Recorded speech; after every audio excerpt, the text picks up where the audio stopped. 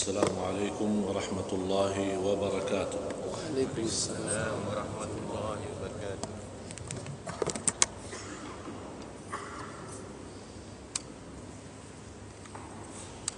الحمد لله رب العالمين، وأشهد أن لا إله إلا الله وحده لا شريك له ولي الصالحين، وأشهد أن سيدنا ونبينا محمدا عبد الله ورسوله الصادق الأمين. اللهم صل وسلم وبارك على سيدنا محمد وعلى آله وصحبه ومن تبعهم بإحسان إلى يوم الدين. سبحانك لا علم لنا إلا ما علمتنا إنك أنت العليم الحكيم. Maha suci Allah, kami tidak mempunyai ilmu apa-apa, hanya saja apa yang diberikan oleh Allah Subhanahu wa ta'ala. Para hadirin, muslimin, muslimat, mukminin, mukminat yang sama-sama dimuliakan dan diberkahi Allah Subhanahu wa ta'ala. Mudah-mudahan majlis ilmu kita senantiasa mendapat taufik dari Allah, dan mudah-mudahan ilmu yang kita pelajari sama-sama menjadi ilmu bermanfaat, ilmu berguna bagi kita semua dunia akhirat. Amin ya rabbal alamin. Untuk kita sama-sama melanjuti bahasan kita 10 amalan, 10 sebab yang membantu kita mendapatkan jadi cinta Allah dan Allah mencintai kita. Saya kembali bertanya lagi kepada jamaah sekalian, semua kalau ditanya apakah cinta Allah, pasti jawabannya ya. Ini salah satu pertanyaan yang tidak perlu kita tanya. Malah dianggap orang yang bertanya kepada seorang muslim, seorang mukmin dan cinta Allah, dianggap pertanyaan itu aneh. Karena dianggap pertanyaan itu tidak wajar ditanyakan. Mana boleh orang bertanya macam itu. Tapi yang perlu kita bertanya, apakah Allah mencintai kita atau tidak?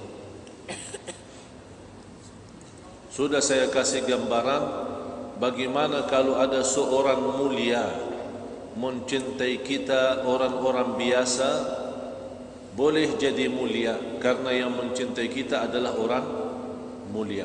Boleh kan? Orang kaya raya mencintai kita, kita orang miskin boleh jadi kaya karena orang yang kaya itu mencintai kita.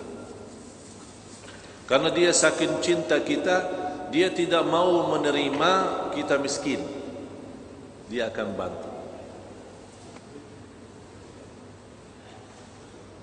Ulama pun, kalau ulama mencintai kita, pasti akan membawa ilmu pada kita agar kita menjadi orang yang berilmu, bukan orang bodoh.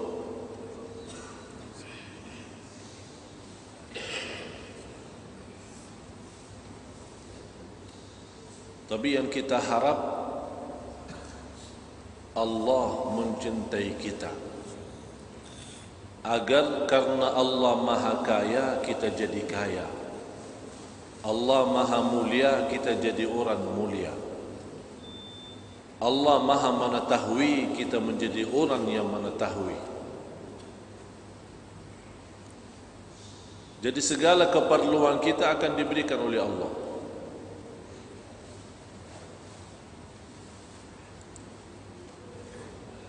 Saya akan bahas dengan susun, dengan cepat yang pernah kita bahas. Amalan-amalan ini sudah dijelaskan oleh Imam Ibnul Qayyim rahimahullah di kitabnya Madarijus Salikin. Madarij As-Salikin. Yang pertama adalah membaca Al-Quran dengan tadabbur.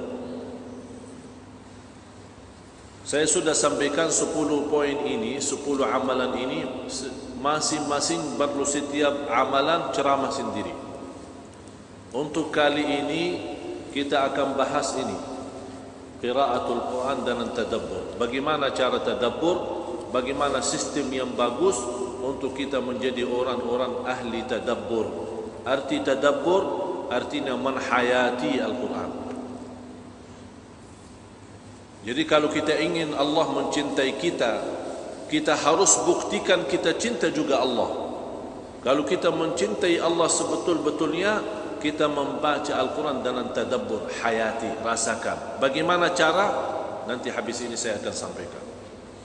Yang kedua, at-taqarrubu ila Allah bin nawafil, mendekatkan diri kepada Allah dengan nafilah-nafilah, sunnah-sunnah sesudah fardu. Yang dimaksud nafilah-nafilah, sunnah-sunnah bukan salat sunnah qabliyah ba'diyah. Semua yang namanya sunnah bukan wajib, kita mendekatkan diri kepada Allah lewat sunnah itu. Sedekah sunnah, puasa sunnah, salat sunnah qabliyah ba'diyah, duha, qiyamul lail, apa lagi? Qiyamul lail, apa lagi? Yang ketiga, terus menerus berzikir, istiqamah atas berzikir kepada Allah Subhanahu wa taala dalam segala hal. Lagi sakit, lagi sehat, lagi di jalan, lagi tidur, lagi bangun tidur, lagi wudu, tidak wudu, menghadapi kiblat, tidak menghadapi kiblat. Ini salah satu ibadah yang boleh dalam apa saja boleh. Dalam keadaan apa saja boleh. Kecuali kalau masuk kamar mandi atau tindas, tidak boleh dalam situ kita berzikir. Karena di situ tempat buang hajat kita, kotoran kita, najis kita, tidak boleh kita di situ berzikir. Tapi sebelumnya boleh. Kan ada doa masuk. Allahumma inni a'udzu bika minal khubthi wal khaba'ith. Kalau keluar apa? Ghufranak. Kenapa dikatakan ghufranak? Kenapa kalau habis kita buang najis, buang hajat, terus keluar dari toilet, kita bilang ghufranak? Sebuah kata yang sederhana. Kenapa bilang ghufranak? Dan apa arti ghufranak? Ghufranak minta ampun kan? Ampunilah ya Allah. Seolah-olah kita, ya Allah maafkan saya belum mampu berzikir kepadamu karena saya lagi buat hajat, ampunilah ya Allah. Luar biasa.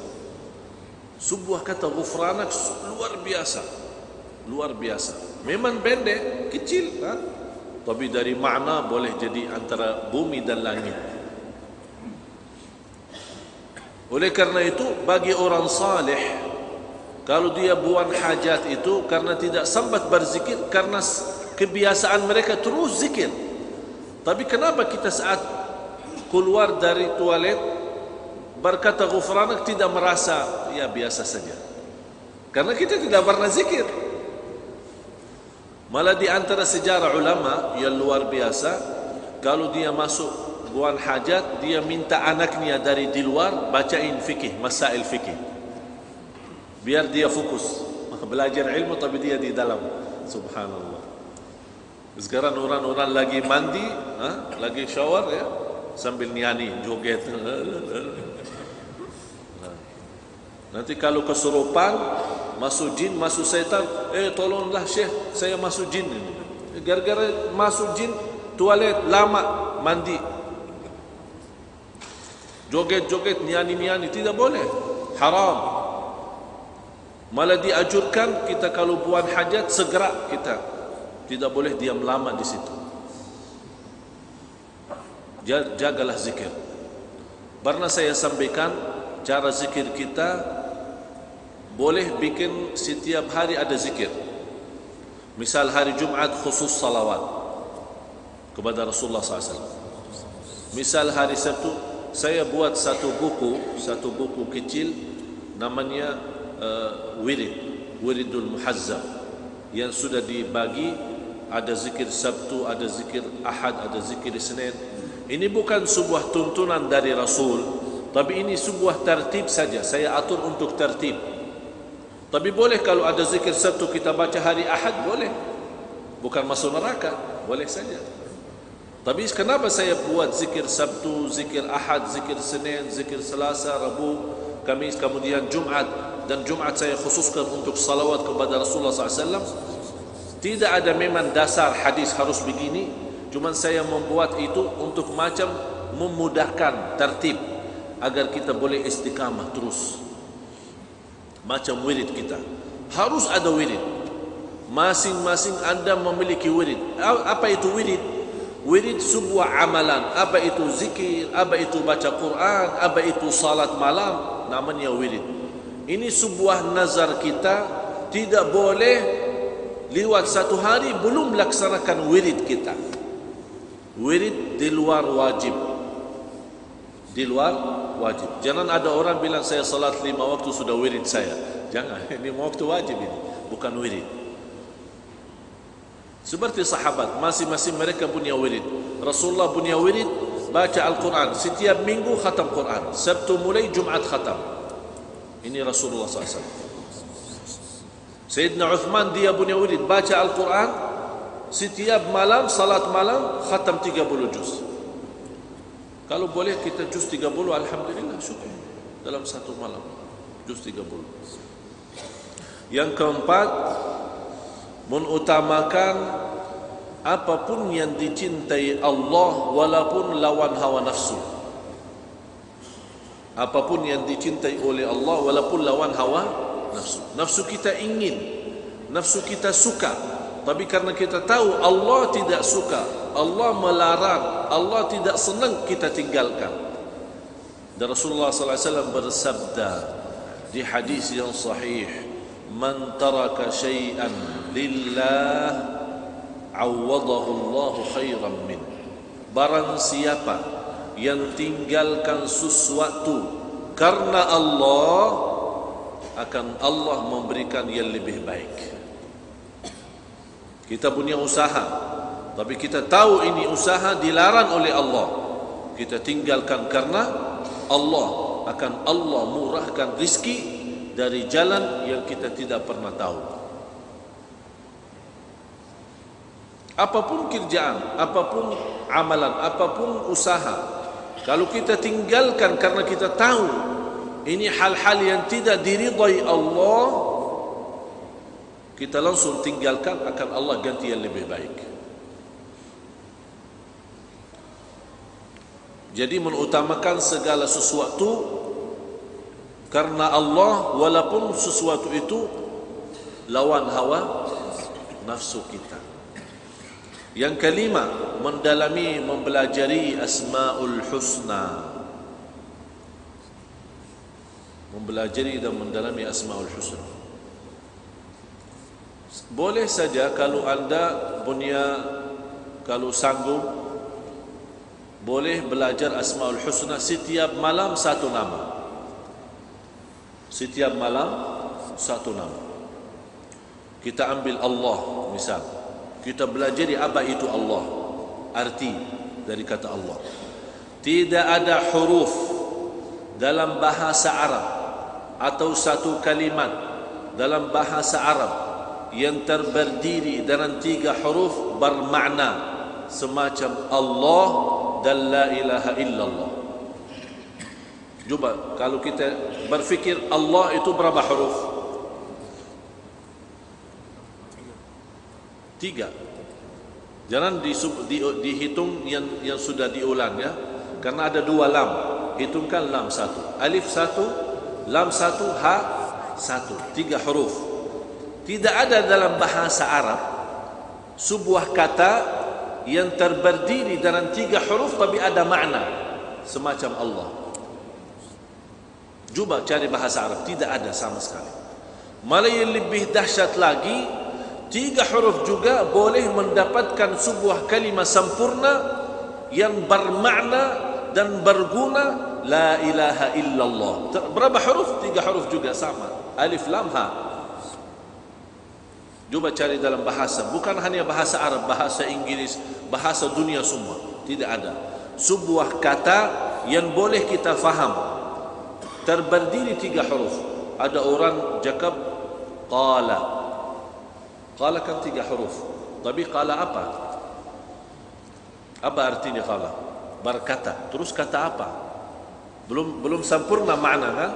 Berarti qala memang kata 3 huruf, tapi belum tahu apa yang dia katakan. Tapi kalau Allah kita faham. La ilaha illallah, tidak perlu dijelaskan, kita sudah faham. Walaupun sumbernya hanya 3 huruf. Masya Allah. Belajar Asmaul Husna. Setiap malam satu kalimat, satu nama Allah. Kita belajari, kita buka, kita lihat Al-Quran. Berapa Allah di dalam Al-Quran disebut kata Allah dalam Al-Quran. Kita tanamkan. Katanya tangan kita tulisannya Allah kan. Tumbuh manusia ada 6.666. Ini terbukti baru-baru saja, beberapa tahun lalu terbukti. Tumbuh manusia dia punya saraf dan urat. Jumlah saraf dan urat 6.666 sesuai jumlah ayat Al-Quran 6.666. Apa hikmahnya? Seolah-olah setiap saraf kita punya satu ayat Quran. Oleh karena itu orang saleh kalau baca Al-Quran tersentuh hati dan badannya. Kalau kita baca Al-Quran tidur, belum menyambung, dia punya saraf tak sama, tak masuk ke sana. Wala haula wala quwwata, musibah. Umat Islam tidak pandai baca Quran. Yang keenam, memfikirkan nikmat Allah dan kebaikan Allah terhadap kita. Saat kita lagi kecil, saat kita lagi dewasa, saat kita lagi terus kita hayati. Fikirkan nikmat Allah, nikmat mata, nikmat lidah, nikmat telinga, nikmat tangan, nikmat kaki. Terus rasakan nikmatnya. Wa amma bi ni'mati rabbika fahaddits. Yang ketujuh, rindahkan hati. Kemiskinan kalbu, kehinaan nafsu karena Allah. Saya kasih gambaran. Kalau kita bersujud kepada selain Allah, rasanya apa? Apa rasanya? Kalau ada orang zalim, kalau tidak ada yang sujud kepada dia, nanti dibunuh. Begitu kita jumpa harus sujud. Rasanya apa? Senang atau terasa terhina? Terasa terhina, bukan rasa senang. Tapi juga sujud lillah. Apakah anda saat sujud ada sedikit pun terasa terhina? Tidak. Allah. Malah justru kita bangga. Oleh karena itu miskin. Wallahi miskin. Wallahi miskin. Wallahi miskin. Yang punya Tuhan Allah tapi tidak boleh sujud. Miskin. Walaupun kaya raya tapi tidak boleh sujud lillah, dia miskin. Karena dia belum tahu lezatnya sujud, belum tahu keagungan sujud dan kemuliaan sujud. Luar biasa nikmat sujud. Saya jumpa ada seorang muda tidak pernah salat, umurnya 22 tahun. Karena musibah, ditabrak mobil, kereta, terus masuk rumah sakit. Lama-lama jadi lumpuh ya, lumpuh. Tidak dapat bergerak. Hanya masih boleh bicara. Saya tanya sama dia, kamu suka apa sekarang? Mau apa? Kalau Allah kasih kesempatan satu permintaan, kamu minta apa sama Allah? Dia bilang saya minta satu jam saja. Ya Allah, kembali saya normal, sehat agar mau sujud. 22 tahun dia tidak mau sujud. Sekarang dia mau 1 jam mau sujud. Anda rasakan nikmatnya sujud. Ini salah satu nikmat yang sangat agung dari Allah. Kita bersujud karena Allah. Yang kedelapan, ini rasa kemiskinan kalbu ya. Selalu kita rendah hati. Bukan rendah hati untuk manusia, itu tawadu'. Rendah hati untuk manusia itu namanya tawadu', rendah hati. Tapi yang saya maksud rendah hati Allah kepada Allah. Tidak ada rasa sombong kepada Allah. Tidak merasa saya lebih baik daripada yang lain. Justru selalu kita merasa masih banyak kekurangan. Kalbu kita selalu hina, selalu takut, selalu miskin, selalu merasa perlu kepada Allah. Kalbu kita selalu memperlu kepada Allah Subhanahu. Karena orang-orang yang pernah rasa tidak perlu terhadap Allah, itu orang miskin dan itu orang sombong. Saya bertanya, antum perlu sama Allah? Hah? Perlu enggak? Perlu. Tapi kadang-kadang kehidupan kita seolah-olah tidak perlu. Kita sudah pandai hidup, pandai kerja, pandai makan, pandai minum, sudah tidak perlu sama Allah. Nauzubillah. Yang kedelapan, khalwah, menepi, duduk sendirian, khususnya malam hari. Saya sarankan untuk anda sekalian, semua yang hadir maupun tidak hadir, setiap malam usahakan ada 1 jam 100% lillahi ta'ala. Malam hari orang semua pada tidur, kita khalwah. Ada apa? Kunci pintu kamar kita punya bilik, kita kunci, lampu kita matiin, terus duduk. Ada apa? Saya lagi ada meeting sama Allah, mohon jangan ganggu. Saya ada meeting sama Allah. Saya lagi ada curhat. Faham curhat? Saya ada banyak masalah, saya mau terbuka hati saya sama Allah. Allah Maha mendengar, Allah Maha melihat, Allah Maha tahu kondisi dan keadaan kita, Allah Maha tahu masalah kita, Allah tahu musibah kita. Tapi Allah senang kalau kita terbuka sama Allah. Walaupun kita menutupi, Allah Maha tahu, tidak perlu kita membuka. Tapi kenapa kita buka? Kenapa kita curhat? Kenapa kita tumbahkan masalah di atas sejadah malam hari? Ini rahasia di situ.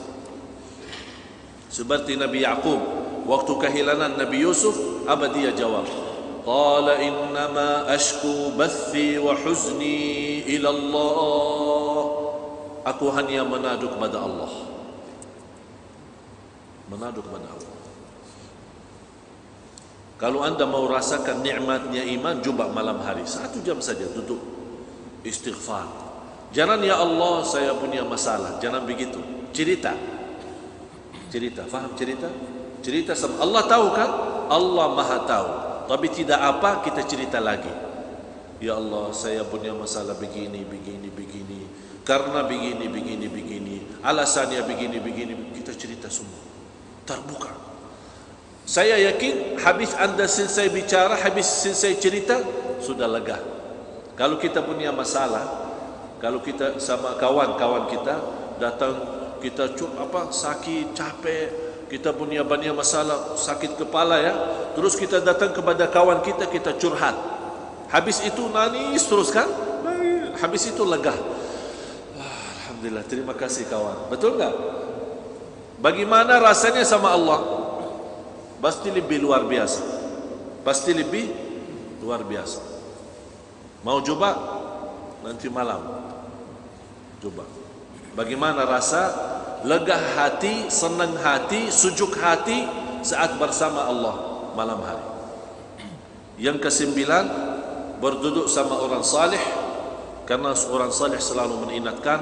Yang ke-10, jauhkanlah diri dari segala sesuatu yang menjauhkan kita dan menghalangi kita dari Allah.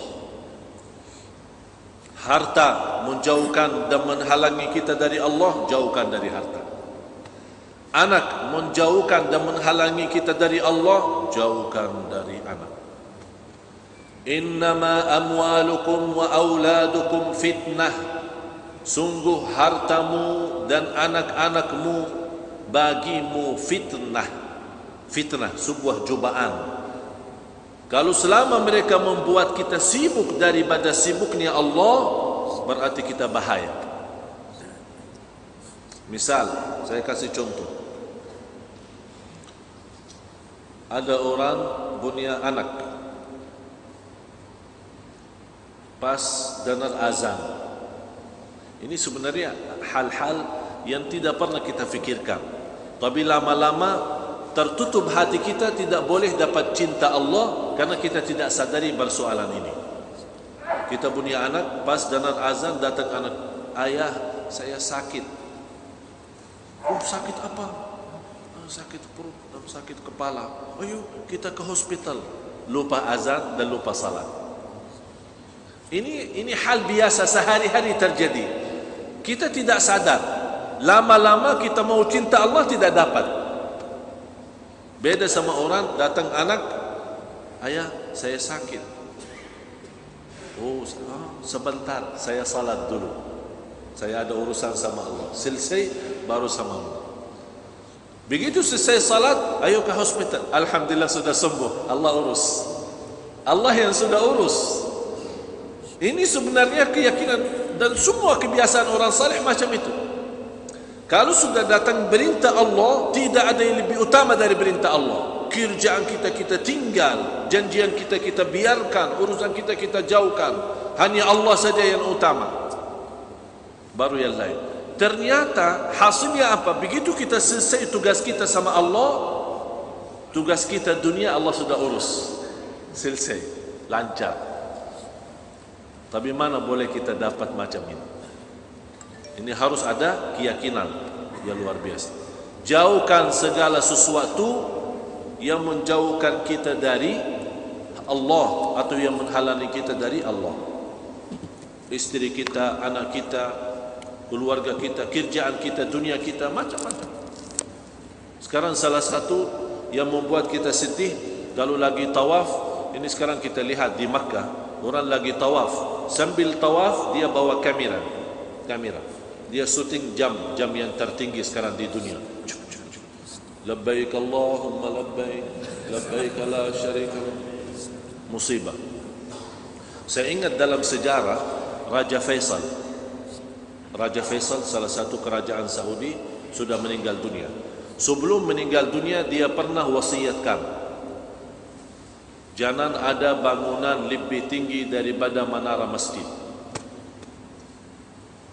Jangan ada bangunan di kota Madinah, Makkah yang lebih tinggi daripada menara masjid, karena sangat pengaruh. Ternyata ada hikmah beliau kata itu. Sekarang sudah lumba-lumba, dan ini berlumba-lumba semakin siapa di antara yang bertinggi, yang tertinggi dia punya bangunan, ini tanda hari kiamat.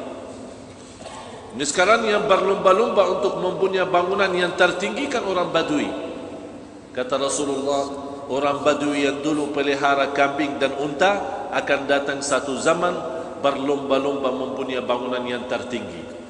Kata Rasulullah, kalau sudah datang mereka Badui dari padang pasir berlomba-lomba mempunyai bangunan tinggi, itulah tanda hari kiamat sudah dekat.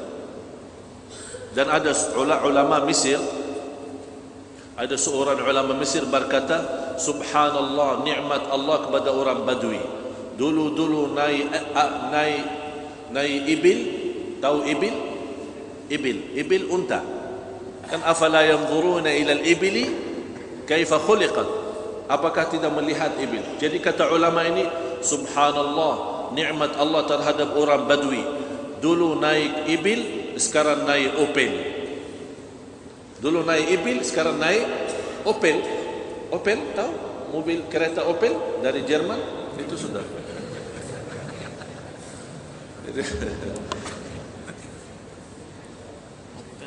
Opel ya. Sifat ahli tadabbur. Sekarang kita masuki ke ahli tadabbur. Yang dimaksud tadabbur adalah menhayati Al-Quran. Sebelum saya masuk kepada sifat ahli tadabbur, ada 7 sifat. Sebelumnya ahlul Quran. Siapa ahlul Quran? Harus kita jadi ahlul Quran baru boleh jadi ahli tadabbur. Ahlul Quran punya 4 sifat. Yang pertama, senantiasa baca Quran, rutin baca, istiqamah. Saya nasihati, jangan lewat 1 hari belum baca Quran. Jangan lewat sehari belum baca Quran, walaupun 1 ayat. Walaupun 1 ayat. Kalau boleh, jangan membawa Al-Quran untuk sisa waktu. Harus kita senantiasa memberikan Al-Quran waktu yang utama. Artinya sebelum aktivitas apa-apa kita buka Al-Quran, kita baca. Sebelum aktivitas kita baca Al-Quran. Ini sebuah kenikmatan kalau boleh kita utamakan Al-Quran dalam kehidupan kita. Jangan kasih Al-Quran sisa waktu. Saya ulang lagi. Jadi kalau ada waktu saya baca, terus kalau tidak ada waktu tidak dapat baca. Jangan seperti itu. Selalu Al-Quran yang utama. Ahlul Quran sifat pertama adalah yang senantiasa baca Quran, rutin. Yang kedua, hafal Al-Quran secara keseluruhan atau sebagian. Hafal 30 juz atau juz 30 sama saja. Faham? Hafal 30 juz atau juz 30. Itu termasuk ahlul Quran. Hafal karena dia hafal. Hafal dari Al-Fatihah sampai An-Nas, alhamdulillah hafal. Hafal An-Nas sampai An-Nas, hafal. Faham An-Nas sampai An-Nas? Satu surah An-Nas. Sudah hafal. Jadi kalau kita lagi salat, boleh saja walaupun hafal cuma surah An-Nas, habis Al-Fatihah baca An-Nas. Rakaat yang kedua boleh lagi baca An-Nas. Tidak masalah. Malah Rasulullah SAW salat malam dalam satu ayat, sepanjang malam dia ulang terus satu ayat saja. Yang ketiga, menamalkan isi Al-Quran. Dia baca, ya ayyuhalladzina amanu taqullaha wa dharu ma baqiya minar riba. Wahai orang beriman, takwalah kepada Allah dan jauhkan dari riba. Segala muamalat jauh dari riba. Jamaah sekalian, masalah riba sekarang di mana-mana. Di tanah suci, Makkah, Madinah, di luar Madinah, semua di mana-mana sekarang riba. Muamalat kita di bank, uang kita di bank terjumus riba. Hati-hati dari riba. Rasulullah bersabda, riba, dosa riba yang paling rendah. Dosa riba yang paling, riba itu ada macam-macam. Riba yang paling rendah adalah seorang berzina dengan ibunya sendiri 37 kali. Riba yang rendah, seorang berzina dengan ibunya 37 kali. Coba bayangkan, luar biasa. Terima kasih.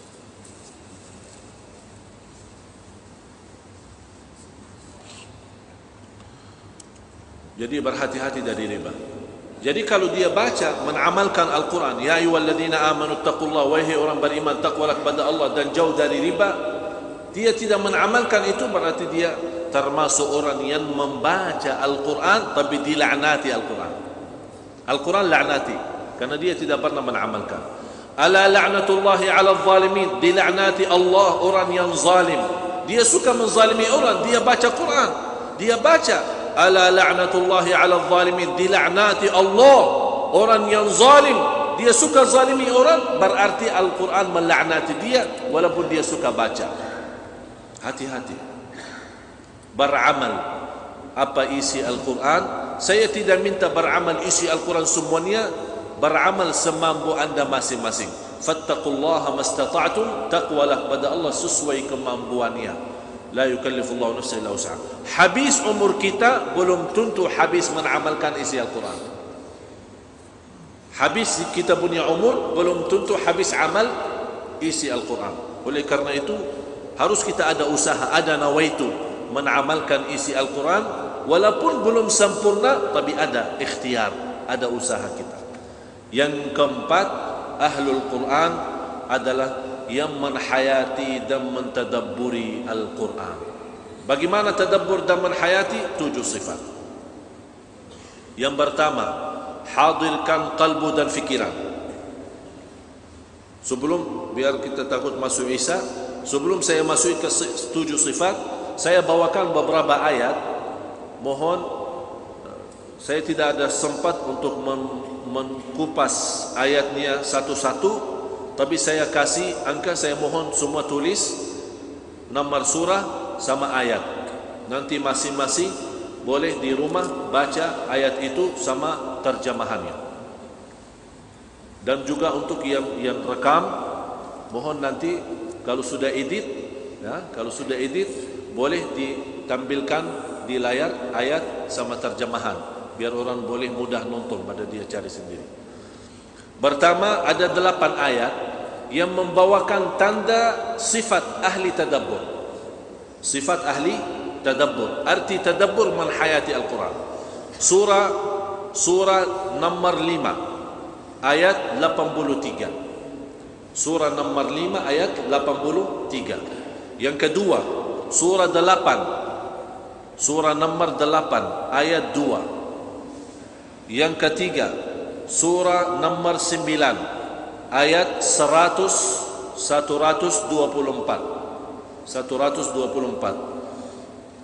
Yang keempat, surah 17 ayat 107 sampai dengan 109. Berarti 3 ayat, 107, 108, 109. Terus yang kelima, surah 19 ayat 58. Yang keenam, surah 25 ayat 73.